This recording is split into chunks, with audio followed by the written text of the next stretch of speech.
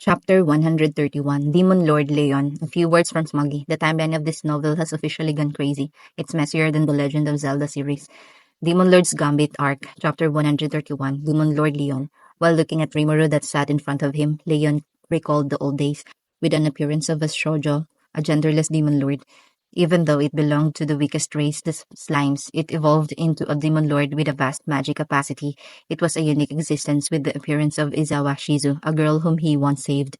And he was someone who knew this girl whom Leon was looking for.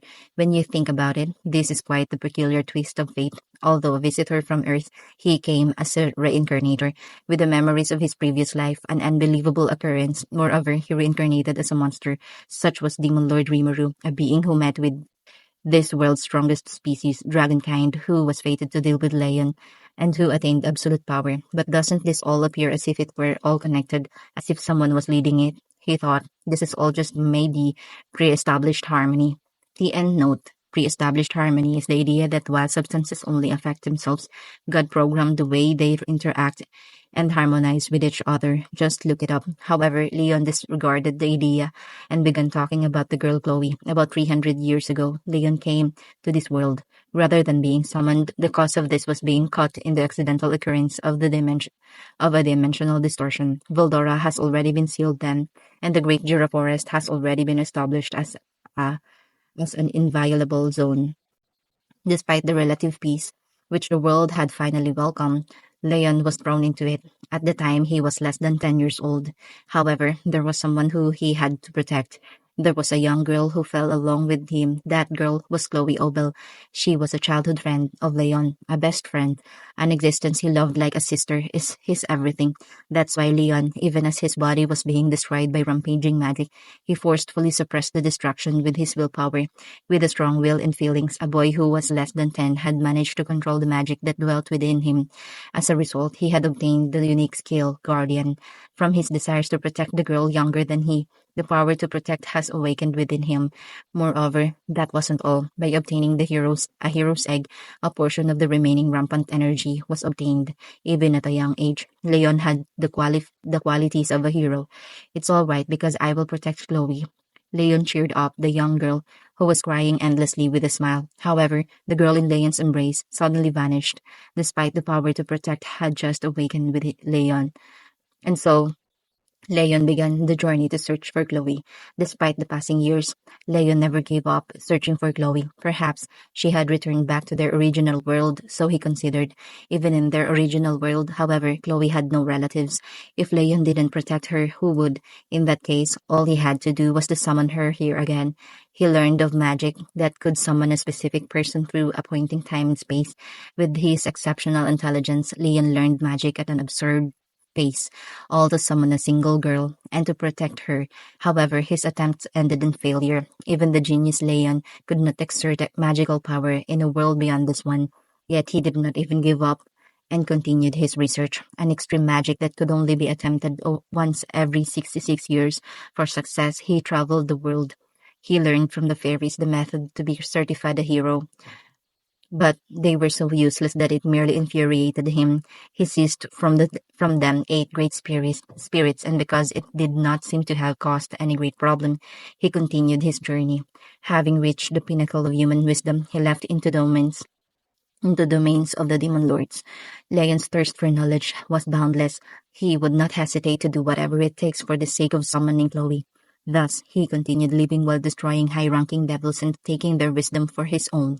There were also those who wished to join as his subordinate, who were allowed to do as they pleased so long as they did not interfere. As time went by, the number of subordinates under Leon gradually grew in size, and he even came to own a small territory. Leon never named himself, but soon the name Platinum Devil began to spread. Before long, that name came to be associated with the name of a demon lord, but Leon paid it no mind. That sort of thing didn't matter to him. Rather, taking knowledge from the wise devils who came to fight him was most important. And for the first time, an existence that could be called a threat attacked Leon. Cursed Lord Kazalim was offended by Leon's nickname of Demon Lord and paid a visit to purge him. Even for Leon, the genius with a hero's egg, the cursed Lord Kazalim was a formidable foe. superficial attacks will not work on Kazalim, king of the undead. With Leon's abilities, specializing in defense, he couldn't inflict a fatal strike on Kazalim.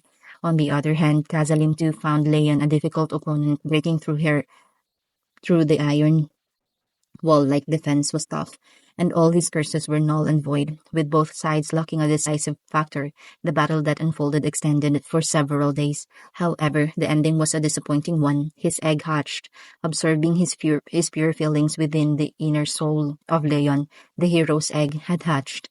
Leon has awakened and became a true hero. He who reigns as the demon lord, he who is the true hero, and that is Leon Cromwell. He awakened an ability, the ultimate skill, King of Purity, Metatron, an ability which draws purest energy possible from power, magic, aura, and skill. For Kazadim, who uses complex skills, this was the worst possible matchup. With cursed blood of hex and blood, rotten flesh and sludge, and microorganisms, bones of magic water, the parts that constitutes Kazalim's body, was dismantled under the pulsating divine light of the ultimate skill, King of Purity Metatron. Without being able to put up any resistance, the cursed Lord Kazalim has been destroyed before Leon by an ironic twist. Leon, who has overthrown the Demon Lord, was recognized as a Demon Lord in name and in reality. And Leon took it was a good thing. In the castle where Kazalim resides, an experimentation facility was established. In addition to it being used as an experimentation facility, he began considering his place of residence. When Chloe was successfully summoned, he needed to give her a place to live, so Leon thought and decided to get his own territory, and he discovered new lands to the southwest. Extreme magic was used without holding back to reform the very ecology itself, and thus the Golden Town, El Dorado, was completed. However, Leon has conducted research exclusively in Kazarim's residence in the Demon Continent until his summoning has failed and Izawa Shizu was summoned. Her condition could be understood with a simple glance. Unlike Leon, this girl with burnt raven black hair has suffered grievous injuries and would soon die. Due to his failed summoning, this girl's body may soon collapse under the rampaging magic. However, age-wise, it was a success, which pleased him. Furthermore, if it wasn't for his summon, this girl would have burned to death. Leon was slightly troubled, calling this helping would be presumptuous. After all, she was summoned for his own convenience. If the girl was saved as a result, this was due to her own luck and not Leon's efforts. And so he thought, and that's why, although I thought you were crushed, you seem compatible with fire. After saying so, the flame giant Ifrit was summoned and possessed the young girl. The high-ranking spirit stolen from Ramirez's dungeon now proved useful. The girl was stabilized and snatched from the jaws of death. After that, all depends on the girl's luck. It is not a result of his actions, but the girl's own, for she should be the one to strive to create her own path. In addition, Leon could not afford to get involved with the girl. Leon was Leon, the girl was the girl, and she had to figure out her own life. It may seem cold, but such is the law of the jungle. Leon had thoroughly considered this, and he had no reason to carry the heavy burden of the young girl's fate. At that time, Leon had not noticed his whimsical actions would create such a twisted tapestry of fate, and thus the weaver of fate had spun yet another pattern. Before Leon, a young boy has appeared. The young boy called himself Kagurazaka Yuki. The young leader of the Freedom Association has told Leon that his organization would be useful to him. He seems to have heard about Leon's search for the otherworldly young girl through illicit means. Confidently, he boasted he could help Leon find the girl he seeks. On a whim, Leon permitted it. Either way, he would not be harmed if Yuki had failed. No matter how many years it took, he was determined to successfully summon Chloe with his own two hands. After deciding to giving it a try due to no potential loss, the characteristics of Chloe was conveyed and the proposal was accepted. When you think about it, that was his biggest blunder. Kagurazaki Yuki had successfully summoned Chloe Obel. He had succeeded, not from another world, but rather from when Chloe and Leon first came to this world. In other words, if he hasn't relied on Yuki, fate might have turned out differently. Chloe was summoned by Yuki, met the monster called Rimuru, and traveled to the past alongside Hinata. Trapped in the loss of the perfect world, Chloe had awakened her own ultimate skill whilst repelling all external interferences. If that wasn't for Yuki, Leon's summoning might have actually succeeded. However, that was something that already could not be determined. Whether Leon would eventually succeed in his otherworld summoning or not, there was no long There was no longer any point in speculating about this, because the problem now was what to do in the future. Asterisk, asterisk, asterisk. Leon's story finished. The black tea has long cooled. While we were talking, time has slipped by. Or rather, the fact that Leon has been trying to summon Chloe was unexpected. When the hero attacked his facility, he had this strange, unexplainable feeling he should avoid confrontation, and so he decided, even though he wouldn't say it, to leave Shizusan in the care of the hero who came and said he would withdraw. When you think about it, it was easy to explain, although there's no way Leon could have known. This was all a pre-established harmony created by Chloe's ability. I, to complement Leon's memories, told my side of the story, the encounters and farewells with Chloe as well as Yuki's actions. In addition, what Hinata and Ruminas told me about the current hero Chloe, Leon had believed the words I said and shared information that would only be known to Leon after the last of the cold tea was drunk. In other words, Chloe is currently under the control of Yuki due to the unique curse, 3 absolute orders. Chloe could not go against Yuki. Ruminas and I had tried to subjugate Yuki, but unfortunately he was one step ahead and he escaped. From now on, when Yuki makes his move, he will be fighting against him. We will be fighting against him. Our objective is also to free Chloe. Do you think it is possible for us to cooperate? I got to the point. I thought about asking Demon Lord Leon to join forces against Yuki, or so I did, but I don't particularly mind cooperating. My wish was to summon Chloe was a wish to protect her happiness. However, if there were any hindrances, isn't it natural that they be eradicated? Let's leave the question of whether Chloe really is the strongest aside for now. And how do I even know you'll be at all useful in this? It seems we must first have a proper grasp of each other's abilities. All right, if that's what he wants, then I'll present him with a blow as previously requested by Shizu-san. The end note, he meant Shizu-san's will to give Leon a beating. Chapter 25. Ish. Okay, I understand. I'm fine with ending this bothersome conversation. You should prepare yourself. Unlike Ramirez, my punch isn't all talk. Fufu, come at me. We laughed at each other and stood simultaneously. We headed for the training grounds where Sean and the Silver Knight Alrose had previously headed. Lead by Leon, we ventured into the palace. Sculptures and corridors of good taste from his hobbies decorated the halls, while glass walls allowed overviewing the view outside. This is a fantastically elaborate palace. Of course, I don't say so and quietly follow behind Leon. We arrived to the training grounds. A magic formation was carved into one side of the wall, which seems to serve the purpose of absorbing and diffusing the energy absorbed within.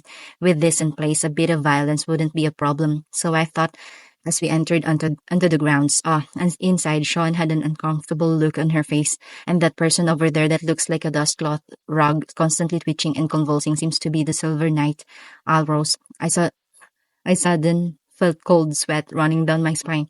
It's none of what you think. He was earnest, and so in response, I too got serious. However, while he was evading with teleport, I felt a tingling feeling and attacked. When I noticed Alros Dono was in this state. What the hell was that? I too am deeply troubled about this. Is that meant to be an excuse?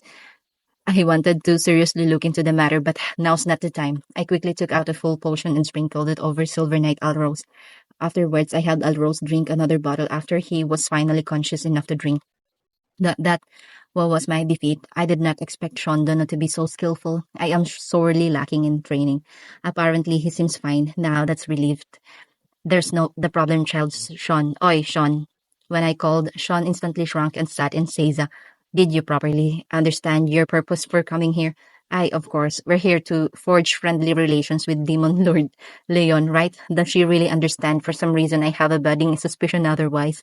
Well, any degree of friendship I would happily accept, but a hostile relationship is certainly undesirable. We came here to negotiate, and yet you beat the other party's comrade black and blue. What were you thinking? No, you probably weren't thinking of anything.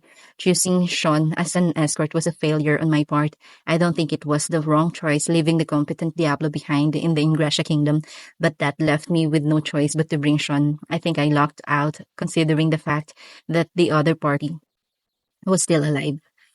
Leon, my apologies. My subordinate seems to have beaten up your subordinate. I apologized evasively. No, that was simply my subordinate acting immaturely. No need to worry. However, that really killed the mood. Yeah, it did. I originally intended to serve Leon a single strike, but this really killed that intense mood we've built up. I'm not in the mood to fight. Let's save this for another day. Foo-foo. All right then. You and I are even. Is that fine? Ah, thank you. Even though it would seem that fellow Leon doesn't intend to finish this with just one hit. It was this kind of feeling. It seems he's the kind of person whose actions don't always match what he speaks. That's why she's a san too. However, if that's the case, this concluded without a fight because of Sean's efforts. So if this is the birth of our friendship, things have ended pretty well actually. In the end, we were able to exchange useful information and gave our consent for future cooperation. That said, this is only a verbal agreement that needs to be revised and memorialized. Even so, I think I will still proceed with Shizusan's promise. Even though I didn't hit Leon, I think Shizusan doesn't really wish for me to beat up Leon. The invitation was sudden, but I'm glad I accepted. After having a heart-to-heart conversation with Leon, I was able to get a grasp of his personality. Achieving one of my purposes, I returned to my own country, satisfied. For Rimuru, this talk is a day's work over. However, for Leon, this isn't the end. Rather, the girl he has been searching for years, Chloe, has been found. He began taking action as soon as he could. He commanded the Silver Knight Alros to gather all the main knights. And so, to reclaim Chloe, the Demon Lord Leon moves out, lying in wait Kagurazaki Yuki. The day when these two forces clash draws near, and that battle means that the fight between two bearers of ultimate skills will occur anew. End of chapter 131.